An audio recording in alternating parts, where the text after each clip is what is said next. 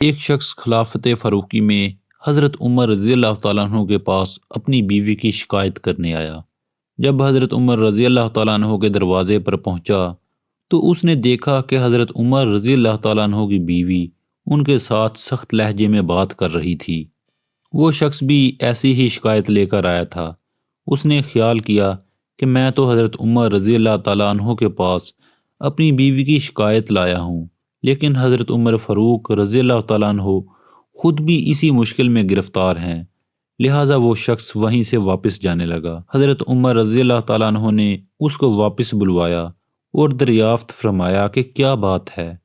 عرض کیا کہ میں تو اپنی بیوی کی شکایت لے کر آیا تھا، لیکن جب میں نے آپ کی بیوی کا آپ کے ساتھ یہی معاملہ دیکھا تو واپس جانے لگا۔ حضرت عمر رضی اللہ تعالیٰ عنہ نے فرمایا، میری بیوی کے مجھ پر کچھ حقوق ہیں جن کی وجہ سے میں اس کا خیال رکھتا ہوں اور اس کی باتوں سے درگزر کرتا ہوں۔ وہ حقوق یہ ہیں، فرمایا، پہلا تو اس کا یہ حق ہے کہ وہ میرے اور جہنم کے درمیان آڑ اور پردہ ہے۔ اس کی وجہ سے میں گناہ اور بدکاری سے محفوظ رہتا ہوں اور میرا دل مطمئن ہو جاتا ہے اور جہنم کی آگ سے حفاظت کا سبب بن جاتا ہے۔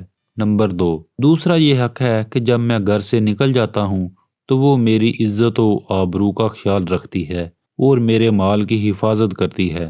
نمبر 3، تیسرا یہ حق ہے کہ وہ میرے کپڑے دھوتی ہے۔ نمبر 4، چوتھا حق اس کا یہ ہے کہ وہ میرے بچوں کی نگہبان ہے۔ نمبر 5، پانچواں حق اس کا یہ ہے کہ وہ میرے لیے روٹی پکاتی ہے۔ یہ باتیں سن کر اس آدمی نے حضرت عمر رضی اللہ تعالیٰ عنہ کو عرض کیا، جو آپ کے ساتھ معاملہ ہے وہی میرے ساتھ بھی ہے، اور جب آپ درگزر سے کام لیتے ہیں تو میں کیوں نہ درگزر سے کام لوں۔